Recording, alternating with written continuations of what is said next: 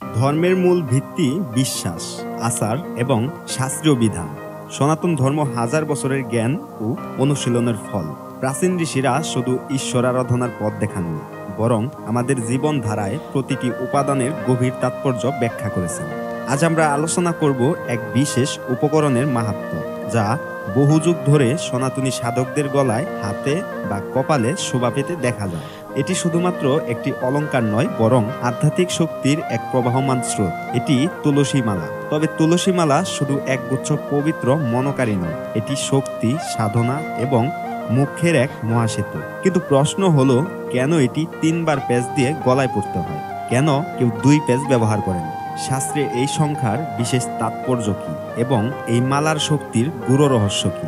আজ আমরা এই প্রশ্নগুলোর উত্তর খুঁজব শাস্ত্র, পুরাণ, বৈদিক জ্ঞান এবং আধ্যাত্মিক অভিজ্ঞতার আলোকে। তুলসীর মাহাত্ম্য শুধু একটি উদ্ভিদের গুণগান নয়, বরং এটি এক মহাশক্তির প্রতীক। এই পবিত্র গাছের জন্ম হয়েছিল স্বর্গে এবং তার মাহাত্ম্য এসেছে স্বয়ং শ্রীহরির আশীর্বাদ থেকে। কথিত আছে, একসময় রাজা বৃন্দার স্বামী যুদ্ধে মারা যান। সুখে বিহ্বল হয়ে বৃন্দা নিজেকে স্বামীর চিতায় উৎসর্গ করতে চাইলে ভগবান বিষ্ণু তাকে আশীর্বাদ দেন, তুমি পৃথিবীর সবচেয়ে পবিত্র গাছ হয়ে থাকবে আর তোমার নাম হবে তুলসী। তোমার পাতা, ফুল, শিকড় সবই হবে পূজার যোগ্য এবং যারা তোমাকে ধারণ করবে তারা আমার চরণে স্থান পাবে। এই কারণেই তুলসীকে বিষ্ণু প্রিয়া বলা হয় এবং তুলসী মালা ধারণ করলে সরাসরি ভগবান বিষ্ণুর আশীর্বাদ পাওয়া যায়। অনেকে তুলসী মালা ধারণ করেন, কিন্তু তার সংখ্যা ও ধরন নিয়ে অনেক বিভ্রান্তি আছে। কেন কেউ 2 পেঁচ পড়েন, কেন কেউ 3 পেঁচ?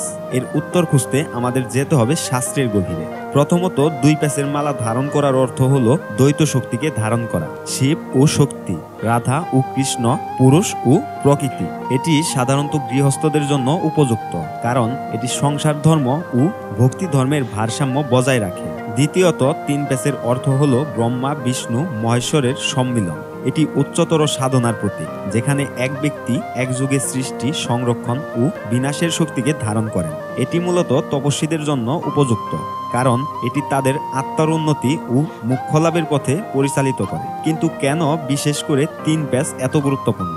এই সংখ্যাটি ত্রিলোক অর্থাৎ ভ্রুলোক, স্বর্গলোক, পাতাল লোক এবং ত্রিগুণ অর্থাৎ সত্য, রজ, তম বোঝায়। তারা এই 3 স্তরের শক্তিকে নিয়ন্ত্রণ করতে সক্ষম হন। তুলসী মালা ধারণ করার জন্য কিছু বিশেষ বিধান আছে, যা পালন করলে এর শক্তি বহুগুণে বৃদ্ধি পায়।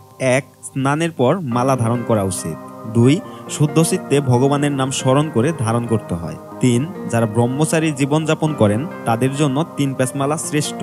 4. গৃহস্থরা চাইলে 2 পেঁচ মালা পড়তে পারেন, তবে এটি নির্দিষ্ট গুরু থেকে দীক্ষা নেওয়ার পরই করা উচিত। তো বন্ধুরা, ভিডিওটি কেমন হয়েছে তা কমেন্ট বক্সে অবশ্যই জানাবেন। ভিডিওটি যদি ভালো লেগে থাকে তাহলে ভিডিওটিতে একটি লাইক করে চ্যানেলটি সাবস্ক্রাইব করতে ভুলবেন না। ভালো থাকবেন, সুস্থ থাকবেন। ধন্যবাদ।